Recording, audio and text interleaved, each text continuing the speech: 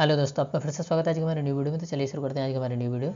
आज हम इस वीडियो में क्वेश्चन प्रैक्टिस करने वाले हैं, जो कि हमने बेसिक मैथ जो पढ़ा था उसकी क्वेश्चन प्रैक्टिस करेंगे। ठीक है, तो चलिए शुरू करते हैं। हमारा पहला क्वेश्चन दे रखा है हमें गिवन है sin थीटा इक्वल टू 4/5। ठीक है, तो हमें बताना है cos थीटा कितना होगा, tan theta, cot theta, sec theta and cosec theta. ठीक है, अब हमें सबसे पहले sin थीटा ये दे रखा है 4/5। ठीक, तो हमें पता होना चाहिए, एक हमने एक ट्रिक बताई थी लाल बट्टे काका। ठीक है, तो सबसे पहला जो रेशियो होता है L/K वो किसका होता है, साइन का होता है। किसका होता है, साइन का। तो हमारा साइन थीटा जो है वो L/K है। इसका मतलब ये हो गया, ये 4/5 आपको जो दे रखा है वो L जो है वो परपेंडिकुलर, K हाइपोटेनियस, मतलब परपेंडिकुलर आपको दे रखा है 4 और हाइपोटेनियस कितना दे रखा है 5। तो आपको पता करना पड़ेगा सबसे पहले बेस।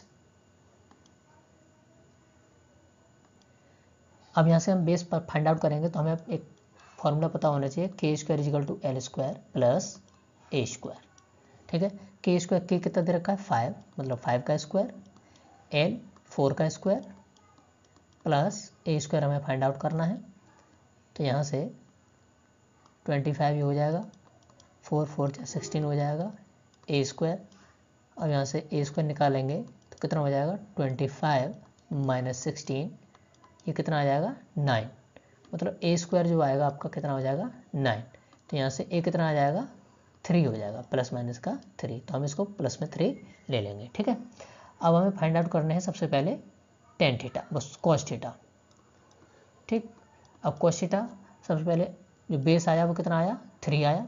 cos थीटा होता क्या है, आधार बट्टे कर्ण या बेस अपॉन हाइपोटेनियस।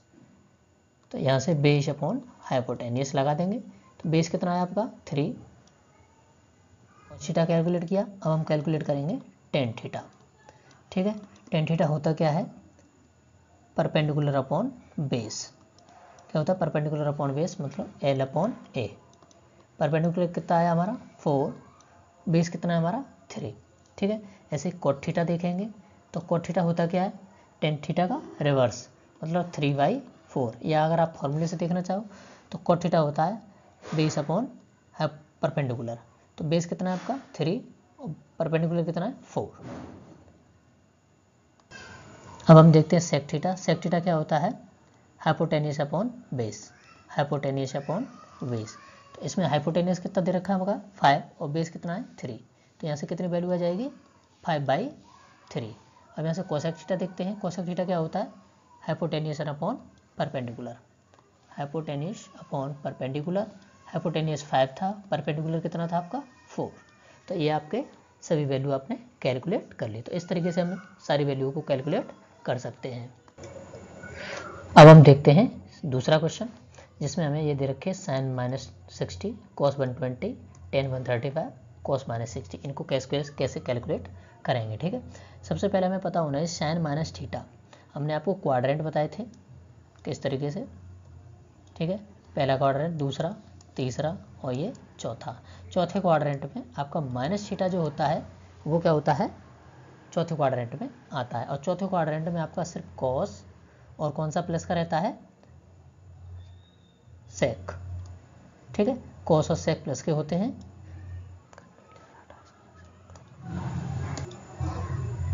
अब हम इस वीडियो में देखने वाले हैं sin -60, cos 120, tan 135, cos -60 की वैल्यूज कैसे किस तरीके से कैलकुलेट करेंगे। ठीक है, तो सबसे पहले देखते हैं sin -60। -60 जो होता है आपका आता है, वो माइनस थीटा जो होता है वो आपका आता है थर्ड क्वाड्रेंट में। थर्ड क्वाड्रेंट में आपके सिर्फ कॉस और सेक ये दोनों प्लस के होते हैं और सभी किसके होते हैं, माइनस के होते हैं। ठीक है, तो सबसे पहले हमें साइन को साइन में ऐसे रख देना है, sin 60 लगा देना है और इस पे लगा देना है इसके सामने माइनस, क्योंकि थर्ड क्वाड्रेंट में पहुंच गया माइनस थीटा थर्ड क्वाड्रेंट में। थर्ड क्वाड्रेंट में ना तो साइन आता है, कुछ भी नहीं आता, सिर्फ क्या क्या आते हैं कॉस और सेक। तो अगर कॉस और सेक होता तो हम यहाँ पर प्लस लगा देते, अदरवाइज हम क्या लगाएंगे यहाँ पर माइनस लगाएंगे। माइनस sin 60 की वैल्यू कितनी होती है √3/2। इस तरीके से हम इसको कैलकुलेट करेंगे। ठीक है, अब cos 120 लिखा हुआ है तो आपको इसको किस तरीके से लिखोगे, cos 90 + 30। ठीक है, और आप इसको किस तरीके से लिख सकते थे 180 - 60, तब भी ये हमारा इतना ही रहता। ठीक है, अब cos 90 + 30 ये हमारा पहुंच गया 90 प्लस थीटा कौन से क्वाड्रेंट में पहुंच गया, सेकंड क्वाड्रेंट में। सेकंड क्वाड्रेंट में साइन और कोसेक ये दोनों प्लस के होते हैं और सभी किसके होते हैं, माइनस के। ठीक है, तो अब सबसे पहले आप इसमें क्या लगा लेंगे, माइनस लगा लेंगे। हमने बताया था 90 और 270 के जो होते हैं वो चेंज हो जाते हैं, मतलब साइन का कोस में, कोस का साइन में, टेन का कोट में, कोट का टेन में। तो सबसे पहले इसको साइन में चेंज कर देते हैं। ठीक है, अब यहाँ पर जो भी थीटा होगा वो यहाँ पर इसकी वैल्यू यहाँ लगा देंगे। ठीक है, माइनस साइन 30 की वैल्यू जो आती है वो आती है 1/2। तो ये cos 120 की वैल्यू कितनी होगी, -1/2। ऐसे ही अब आपका दे रखा 10 135, तो 10 इसको क्या लिख सकते हो, 90 प्लस 45। अब ये भी कौन से 90 प्लस थीटा कौन से क्वाड्रेंट में आ गया, सेकंड क्वाड्रेंट में। सेकंड क्वाड्रेंट में कौन से प्लस के होते हैं, साइन और कोसेक। तो हम यहाँ पर सबसे पहले माइनस लगा देंगे। अब 90 वाले चेंज होते हैं, मतलब 10 का कोट करना पड़ेगा, कोट का 10 करना पड़ेगा। ठीक है, 10 दे रखा है तो इसको क्या कर देंगे, कोट कर देंगे। और ये प्लस 45 है तो ये आपका 45 यहाँ पे आ जाएगा। तो माइनस कोट 45 की वैल्यू कितनी होती है, 1। ठीक है, 10 45 कोट 45 कितनी आती है हमारे, 1 आती है। ठीक, अब हम देखते हैं कोस माइनस थीटा, कोस -60। ठीक है, अब माइनस थीटा जो होता है वो कौन से क्वाड्रेंट में आता है, फोर्थ क्वाड्रेंट में। फोर्थ क्वाड्रेंट में कौन कौन प्लस के होते हैं, कॉस और सेक। तो हमें यहाँ पे कॉस दे रखा है तो मतलब सबसे पहले हमें यहाँ पे प्लस साइन लगा देना है। अब माइनस थीटा वाले चेंज तो होते नहीं, तो आप इसको कॉस का कॉस रहने देंगे और यहाँ पर हो जाएगा 60। ठीक है, साइन 30 की वैल्यू कितनी होती है, 1/2, और साइन 60 की वैल्यू कितनी होती है, √3/2। ऐसे कॉस 60 की वैल्यू कितनी आ जाती है आपकी, 1/2। तो ये इस तरीके से आप इनको सॉल्व कर सकते हैं। अब हम डिफरेंशिएशन की क्वेश्चन प्रैक्टिस करेंगे। ठीक है, चलिए देखते हैं। सबसे पहले हमारा क्वेश्चन दे रखा है y = x⁴ (7/2). तो इसका डिफरेंशिएशन कैसे करेंगे वो देख लेते हैं। सबसे पहले हम लिखेंगे dy/dx। तो इसको कैसे लिखेंगे, d × x⁴ (7/2)/dx। तो डिफरेंशिएशन करते हैं तब क्या करते हैं, ये पावर जो होती है इसको सबसे पहले आगे लिख लेते हैं, फिर x की पावर जो 7/2 है उसमें से हम 1 माइनस कर देंगे। ठीक है, तो ये हो जाएगा हमारा डिफरेंशिएशन। अब इसका माइनस कैसे करेंगे, यहाँ पर इसका एलसीएम 1 हो जाएगा, तो यहाँ से सॉरी इसका अपॉन 1 में मान लिया मैंने, इसका एलसीएम 2 हो जाएगा, और 2 का 2 में डिवाइड करेंगे तो यहाँ पर 7, और इसका 1 का 2 में डिवाइड करेंगे तो यहाँ पर आ जाएगा 2। तो यहाँ से आपका जो फाइनल आंसर आएगा 7/2 × x⁴ 7 में -2 कितना हो जाएगा, 5/2। तो इसका तो ये अपन हमारा आंसर हो गया। अब हम इसको देख लेते हैं, इसको किस तरीके से करेंगे। अब इसको देख लेते हैं, dy/dx लिखेंगे, फिर लिखेंगे dx⁻3/dx। ठीक है, तो ये -3 है, सबसे पहले इसको आगे लेके आओ, इंटू x⁻³ और 1 माइनस कर देंगे। तो अब ये फाइनल आंसर क्या हो जाएगा इसका, -3 × x⁻⁴। ठीक है, अब हम इसको देख लेते हैं। ये दे रखा है dy/dx = d × x/dx। ठीक है, अब यहाँ पर पावर कितनी है, 1, तो यहाँ पे 1 लिखा, x 1 - 1, तो 1 x की पावर कितना हो जाएगा, 0। x की पावर 0 का मतलब क्या हो जाता है, 1। तो यहाँ पे फाइनल आंसर कितना आ जाएगा हमारा, 1। अब हम इस वाले क्वेश्चन को देख लेते हैं। सबसे पहले इसको रिजॉल्व कर देते हैं। ये √x में लिखा हुआ है तो हम इसको किस तरीके से लिख सकते हैं, 1/2। ठीक है, अब यहाँ से 1/2 लिखा। अब सबसे पहले dy/dx कर लेते हैं। यहाँ से मैंने dy/dx लिखा, तो dx⁻1/2/dx। अब यहाँ से 1/2 आ गया जाएगा, x की पावर क्या बचेगा, 1/2 - 1। यहाँ पे हमने इसको 1 में मान दिया। ठीक है, इसका एलसीएम कितना हो जाएगा, यहाँ से एलसीएम कितना हो जाएगा, 2 1 - 2, तो ये हो जाएगा 1/2 x की पावर -1/2। और अगर इसको दूसरे तरीके से और लिखना चाहते हो तो किस तरीके से लिख सकते हो, 1/2 1/x की पावर 1/2, या और लिख सकते हो इसको 1/2 1/√x। तो ये इसका डिफरेंशिएशन हो गया। अब हमारा अगला क्वेश्चन है y = x⁴ + x⁴ 3 + 4 × x⁴1/2। तो हम इसका डायरेक्ट डिफरेंशिएशन करते हैं, dy/dx। तो यहाँ से क्या हो जाएगा, x⁴ है, मतलब सबसे पहले पावर 4 आगे आ जाएगी, x⁴ 4 - 1 करेंगे तो कितना हो जाएगा यहाँ पर 3। ठीक है, ऐसे ही 3 पावर है तो 3 को सबसे पहले यहाँ लिख लेंगे हम, और 3 में से 1 घटा देंगे तो कितना बचेगा यहाँ पर 2। ठीक है, 4 × ये 1/2 पावर है, ये आगे आ जाएगा, x की पावर कितना हो जाएगा -1/2। कैसे -1/2 कैसे होगा? 1/2 -1, एलसीएम ले लेंगे 2, 1 -2, ठीक है। तो यहाँ पर कितना आ जाएगा? -1/2। अब यहाँ से 2 से 4 कितने टाइम कट गया? 2 टाइम कट गया। तो हमारा जो फाइनल आंसर आएगा वो कितना आ जाएगा? 4x³ + 3x² + 2 × x⁻⁻²। ठीक है, अगला क्वेश्चन देखते हैं। y दे रखा है ax³ + bx⁻1/2 और प्लस c। यहाँ पर जो c है हमारा वो कांस्टेंट है, ठीक है, कांस्टेंट है। तो इसको किस तरीके से करेंगे? dy/dx = a पावर का क्या करेंगे हम? सबसे पहले आगे लेके आएंगे इसको 3 × x⁻, कितना हो जाएगा? 3 - 1 2, ठीक है। b × यहाँ पर 1/2 पावर आगे आ जाएगी, x 1/2 -1 करेंगे तो कितना हो जाएगा? -1/2 प्लस कॉन्स्टेंट का डिफरेंशिएशन करते हैं तो वो आ जाता है हमारा 0, ठीक है। तो इसका फाइनल आंसर क्या आ जाएगा? 3ax² + b/2 x⁻⁻1/2। तो ये इसका फाइनल आंसर हो जाएगा। अब हम देख लेते हैं इंटीग्रेशन। इसका इंटीग्रेशन कैसे करेंगे? तो हम सबसे पहले इसको क्या करेंगे? इंटीग्रेशन साइन में रखेंगे, x⁻5/2 × dx। इंटीग्रेशन में क्या करते हैं हम? सबसे पहले जो 5/2 आपकी पावर है, सबसे पहले इसको इंटीग्रेट करेंगे तो ये हो जाएगा 5/2 + 1, और जो भी पावर आएगी उसका डिवाइड कर देंगे, मतलब 5/2 + 1, ठीक।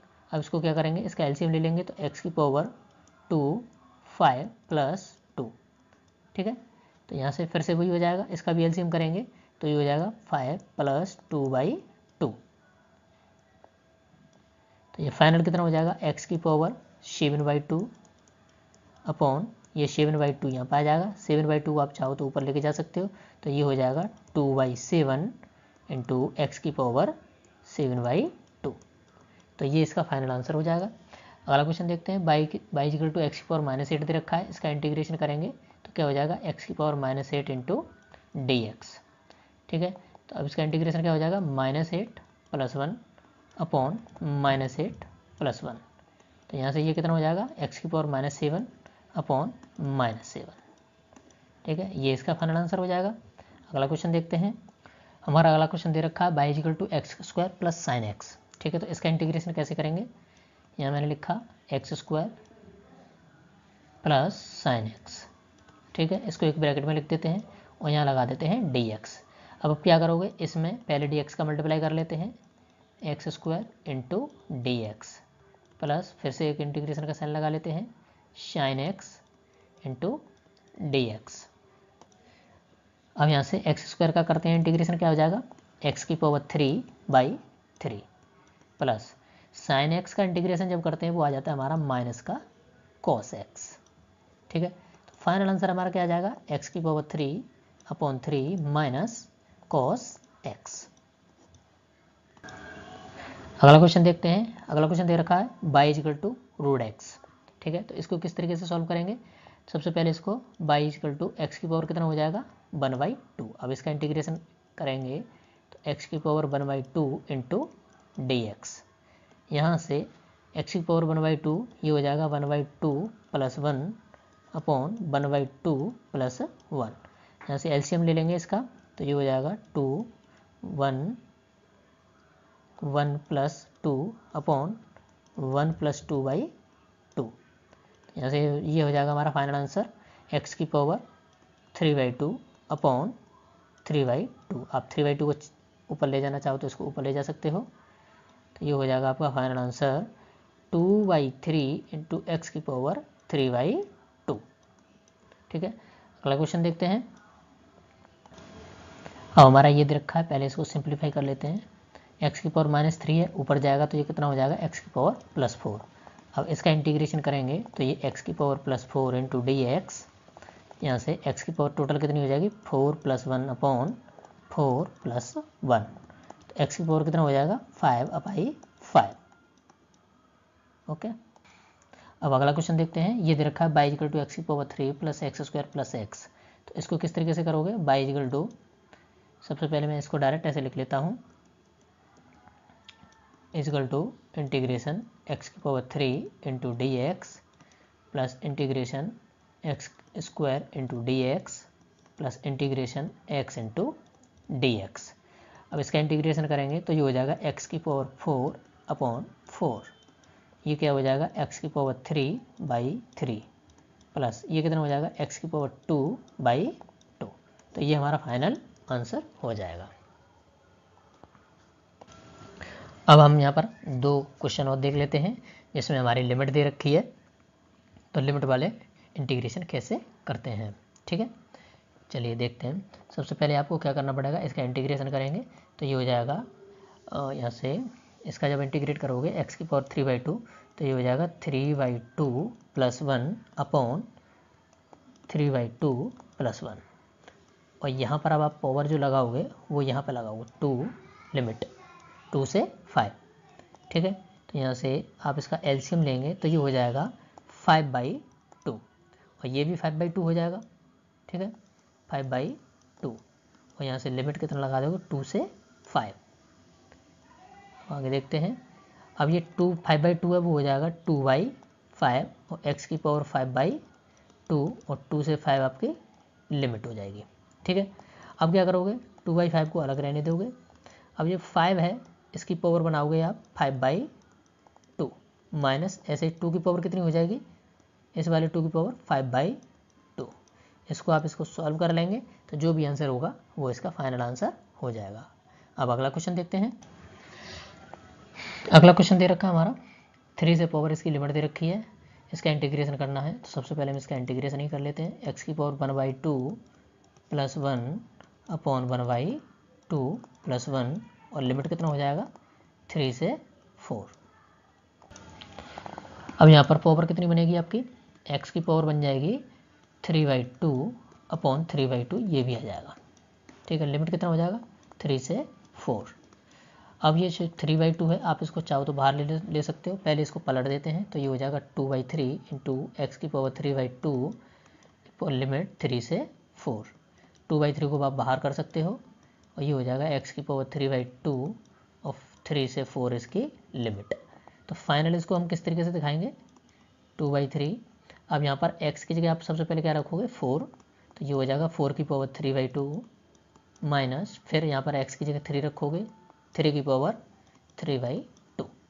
आप इसको सॉल्व करेंगे तो जो भी फाइनल आंसर आएगा वो आपका फाइनल आंसर हो जाएगा। आज के लिए इस वीडियो में इतना ही, मिलते हैं नेक्स्ट वीडियो में, तब तक के लिए take care and bye bye.